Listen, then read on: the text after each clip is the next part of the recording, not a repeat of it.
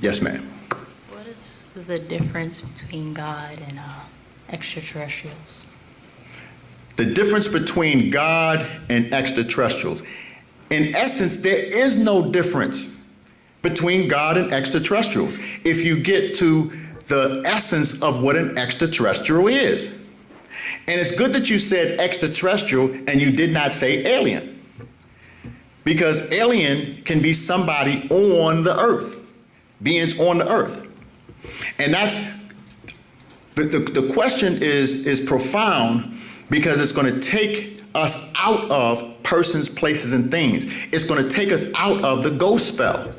So there was a series of books that the master wrote called the God series. And ultimately, he was trying to explain that God is an extraterrestrial. So there really is not any difference. But if you walk Genesis, you'll see in the beginning, God created the heaven and the earth. And the earth was without form, void, darkness was upon the face of the deep. And the Spirit of God moved upon the face of the waters. Let's stop right there. Because if his Spirit moved upon the face of the waters, he was inside of the realm of the earth. So he's given a size in relation to the earth. That could not be God in heaven. If you travel further on into Genesis, as the story goes, you're going to see a transition that God is making. Because he's no longer just God. Genesis 1 just gives you God. Genesis 2 gives you Lord God. So the next time a Jehovah's Witness knocks on your door and he's witnessing to you that God's name is Jehovah, just simply ask, what is the difference between God and Jehovah?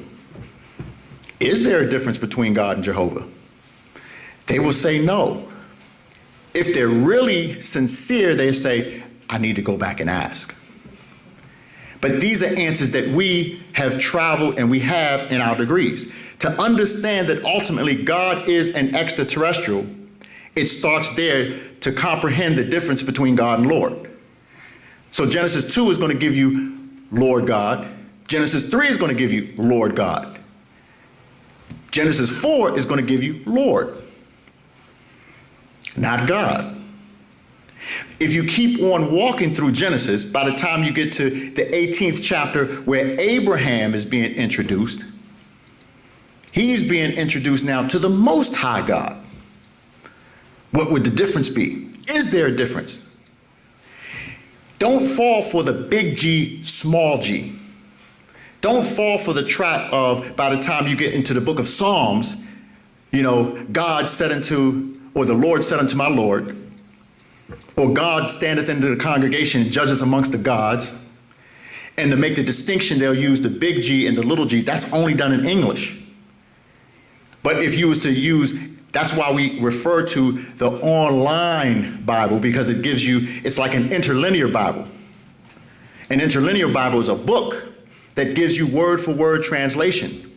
And if you study the word for word translation, you would see that in Hebrew, there's no distinction between the big G, little g.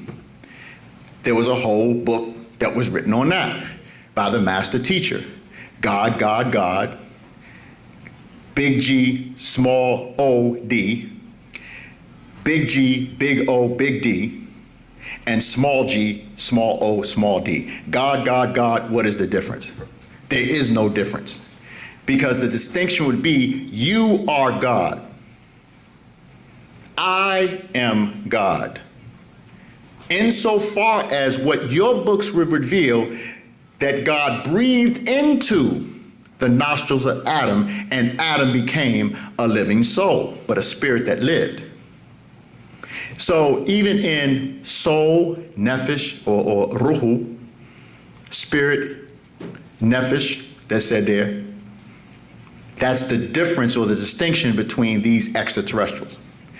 What does extraterrestrial mean? An extra being on the terrestrial plane, or an extra being on Tir, one of the ancient names for earth. An extra being coming from outside in. So if the Spirit of God moved upon the face of the waters, where is God? God's in heaven. Okay, so, well, where would heaven be? We'd have to go to the book of Job to find that. In the 31st chapter, it will explain about the star constellations. It talks about Pleiades. It talks about Arcturus.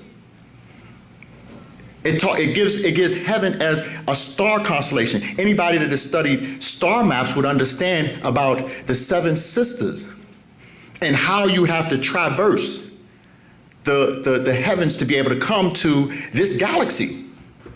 So you're coming from the outside galaxies in. And it was explained that way by way of the angels. When you go into the book of Job in the first chapter and you read, and the angels were with God and the devil was amongst them. That's supposed to be a surprising event, because how is it possible that the devil can be amongst the angels? Because he was once of them, as it was taught. When they all come to earth, they would be extra beings on the terrestrial plane. Thus, they would be extraterrestrials. But instead of looking at it as extraterrestrials, because we were thought to be crazy in 1995 in all of the streets of America with a book entitled Man from Planet Risk. I remember giving a lecture at Howard University, an institution that does not teach universal knowledge to our people. But in that lecture, and I said, I'm here to represent the teachings of the man from Planet Risk. And I went to write the name on the board, and they started laughing. They were laughing, it's funny.